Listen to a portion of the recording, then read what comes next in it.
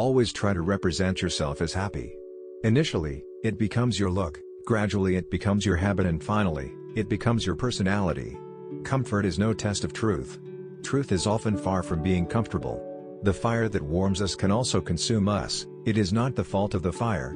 When you are doing any work, do it as worship, as the highest worship, and devote your whole life to it for the time being. Believe in yourself and the world will be at your feet. Don't look back. Forward infinite energy, infinite enthusiasm, infinite daring, and infinite patience, then alone can great deeds be accomplished. Each work has to pass through these stages: ridicule, opposition, and then acceptance. Those who think ahead of their time are sure to be misunderstood. Have faith in yourselves. Great convictions are the mothers of great deeds. The cheerful mind perseveres and the strong mind hews its way through 1,000 difficulties. You have to grow from the inside out. None can teach you, none can make you spiritual. There is no other teacher but your own soul. The only way to bring about the leveling of caste is to appropriate the culture, the education which is the strength of the higher castes. We want that education by which character is formed, the strength of mind is increased, the intellect is expanded, and by which one can stand on one's own feet. I look upon religion as the innermost core of education. If the mountain does not come to Muhammad, Muhammad must go to the mountain.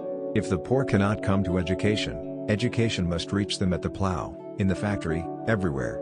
If education is identical with information, the libraries are the greatest sages in the world, and encyclopedias are the rishis. The education that you are getting now has some good points, but it has a tremendous disadvantage which is so great that the good things are all weighed down. Education is not filling the mind with a lot of facts. Perfecting the instrument and getting complete mastery of my own mind is the ideal education. Education is the manifestation of the perfection already in man. Educate and raise the masses, and thus alone a nation is possible. Education has yet to be in the world, and civilization has begun nowhere yet.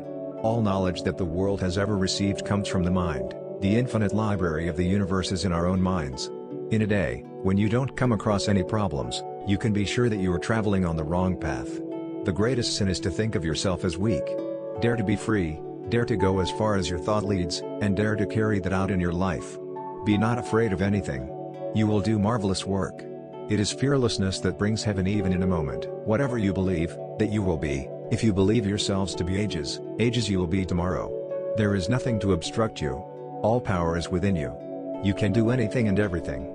Believe in that. Do not believe that you are weak, do not believe that you are half-crazy lunatics, as most of us do nowadays. Stand up and express the divinity within you. Talk to yourself once in a day. Otherwise you may miss meeting an excellent person in this world. Throw away all weakness. Tell your body that it is strong. Tell your mind that it is strong and have unbound faith and hope in yourself. You have to grow from the inside out. None can teach you, none can make you spiritual. There is no other teacher but your own soul. This life is short, the vanities of the world are transient, but they alone live who live for others, the rest are more dead than alive. If you really my children, you will fear nothing, stop at nothing, you will be like lions, my prayers and benedictions follow every step you take. Everything will come to you if you have faith. Neither money pays, not name, nor fame, nor learning, it is character that uncleave through adamantian walls of difficulties. I am proud to belong to a religion which has taught the world tolerance and universal acceptance. We believe not only in universal toleration but we accept all religion as true. Karma determines what we deserve and what we can assimilate. We are responsible for what we are, and whatever we wish ourselves to be, we have the power to make ourselves. With regard to karma yoga, the Gita says that it is doing work with cleverness and as a science. By knowing how to work, one can obtain the greatest results. Work for work's sake. There are some who are really the salt of the earth in every country and who work for work's sake, who do not care for name, or fame, or even to go to heaven. They work just because good will come of it. If you wish to help a man, never think what that man's attitude should be towards you. If you want to do a great or a good work, do not trouble to think what the result will be. Excessive attachment to food, clothes, and the tending of the body, and the dressing of the hair should be avoided. The householder must be pure in heart and clean in body, always active and always ready for work. If a man retires from the world to worship God, he must not think that those who live in the world and work for the good of the world are not worshipping God. We are what our thoughts have made us, so take care about what you think. Words are secondary. Thoughts live, they travel far. Arise. Awake. And stop not until the goal is reached. You cannot believe in God until you believe in yourself. The whole secret of existence is to have no fear. Never fear what will become of you, depend on no one. Only the moment you reject all help are you freed. Truth can be stated in 1,000 different ways, yet each one can be true. In one word, this ideal is that you are divine. External nature is only internal nature writ large. Condemn none. If you can stretch out a helping hand, do so. If you cannot, your hands, bless your brothers, and let them go their own way. All differences in this world are of degree, and not of kind, because oneness is the secret of everything. Where can we go to find God if we cannot see Him in our own hearts and in every living being? The Vedanta recognizes no sin, it only recognizes error. And the greatest error, says the Vedanta, is to say that you are weak, that you are a sinner, a miserable creature, and that you have no power and you cannot do this and that. Swami Vivekananda quotes are so popular because they are so much towards spirituality and motivational towards life. Swami Vivekananda was an Indian monk born in Calcutta, Bengal, in a typical Bengali family on January 12, 1863. He was the chief disciple of 19th-century Indian mystic Ramakrishna. He was one of the key people that introduced Indian philosophies like Vedanta and yoga to the Western world. He is also the persona that is majorly credited for raising the status of Hinduism as a major world religion during the 19th century. He is best known for his iconic speech at the Parliament of World's Religions in Chicago in 1893, which began with Sisters and Brothers of America. In this speech, he introduced Hinduism.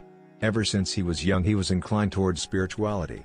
He was majorly influenced by his guru Ramakrishna Deva, from whom he learned that all living beings are the embodiment of the divine self. After his guru passed away, he traveled across the Indian subcontinent to study the conditions of British India.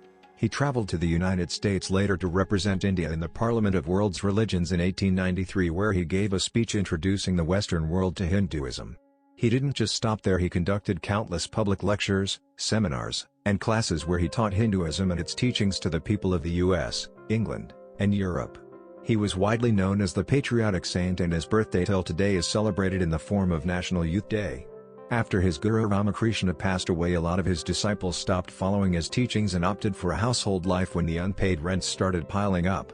It was at that time that Vivekananda converted a dilapidated room into a monastery that later was termed as the Ramakrishna Math for the remaining disciples.